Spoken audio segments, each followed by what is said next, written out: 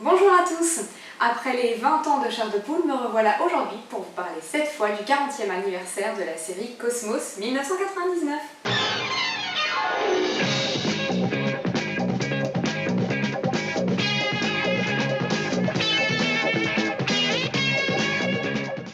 Aussi connue sous le nom de Space 1999, cette série italo-britannique est créée en 1975 par le couple Jerry et Sylvia Anderson qui avaient déjà créé les Sentinelles de l'air 10 ans auparavant. Allô, ici Pionnier 2 qui appelle le port de Londres. Allô, allô, le port de Londres, m'entendez-vous?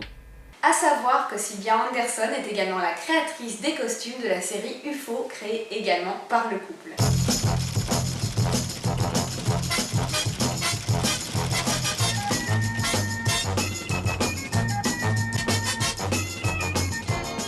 Cosmos 1999 est d'ailleurs une sorte de suite de la saison 1 d'UFO, puisque Jerry Anderson a récupéré tout le travail effectué sur le projet de saison 2 d'UFO pour créer Cosmos 1999.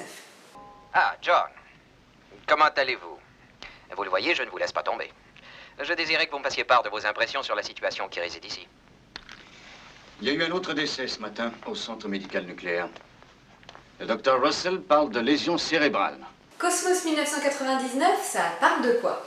Eh bien, les créateurs de la série ont imaginé une année 99 plutôt catastrophique, où la Lune est une poubelle géante pour la Terre qui y entrepose tous ses déchets nucléaires, mais un jour, une explosion survient et fait quitter la Lune du système solaire.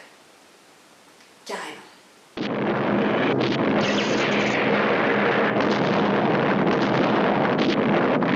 La base alpha qui se trouvait également sur la Lune est donc éjectée, elle aussi.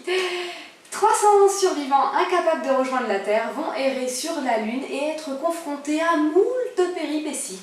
De la pure science-fiction, puisque tout le monde le sait aujourd'hui, en 1999, à part une éclipse solaire et la mort de Stanley Kubrick, il ne s'est pas passé grand-chose. Paul, dites au service de sécurité de bloquer la station, mais qu'on n'intervienne pas sans que j'en donne l'ordre. Attendez. Sandra, puis-je voir ce qui se passe? Débranchez-le. L'autre maintenant. Simons! Il est trop tard pour discuter, commandant. Côté l'espace est une décharge publique, Cosmos 1999 avait une vision plutôt réaliste quand on voit tout le bordel qui gravite autour de la Terre actuellement. Mais c'est un autre débat. La première saison de Cosmos 1999, diffusée pour la première fois en France sur TF1, avait toute une communauté de fans. Mais la deuxième saison, rendue plus spectaculaire dans une vile tentative de séduction du public américain, a signé l'arrêt de mort de la série en 1978.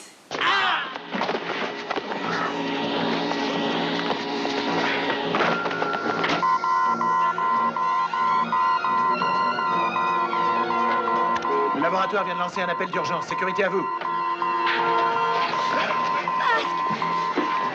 Paz! Lâche-le! Ne le tue pas! Non! Des 48 épisodes de 47 minutes, concentrez-vous donc sur les 24 premiers. Même si elle était molle du genou, cette saison était de loin la meilleure. Une saison 3 était prévue mais n'a jamais vu le jour, la série ayant perdu de son charme à la suite de cette explosive saison. Devant la caméra, nous retrouvons un autre couple, j'ai nommé Martin Landau et Barbara Bain, actrices qui semblent visiblement avoir un torticolis durant tous les épisodes. À savoir que Sylvia Anderson ne voulait pas de ces deux acteurs qu'elle les trouvait trop statiques.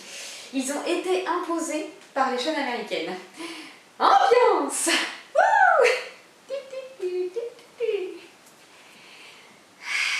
Mais vous allez me dire, elle est bien gentille, elle a nous parlé de Cosmos 1999, mais quel est le rapport avec le thème du mois, à savoir Star Wars? Eh bien non, je ne débloque pas encore du ciboulot. Sachez que Brian Johnson, le directeur des effets spéciaux de Cosmos 1999, ainsi que pas mal de membres de son équipe, ont travaillé sur le film L'Empire contre-attaque.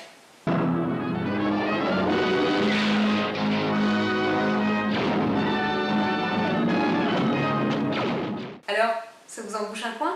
Et ils ont même travaillé sur Alien, le 8e passager.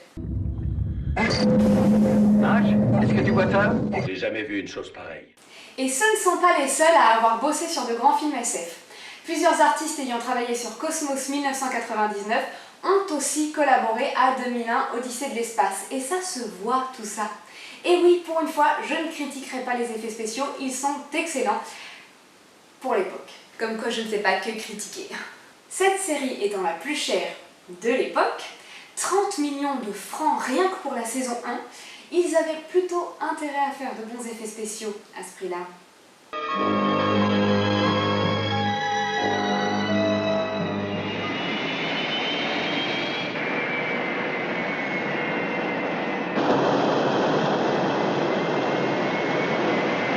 Nous écoutons, docteur.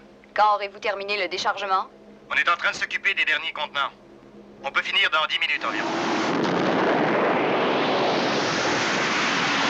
Les costumes sont plutôt pas mal pour l'époque, malgré certaines combinaisons qui ne sont pas sans me rappeler la soupe aux choux.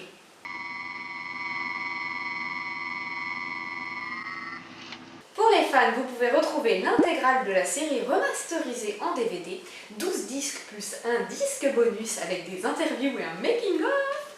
Et pour les curieux, la série est disponible sur YouTube.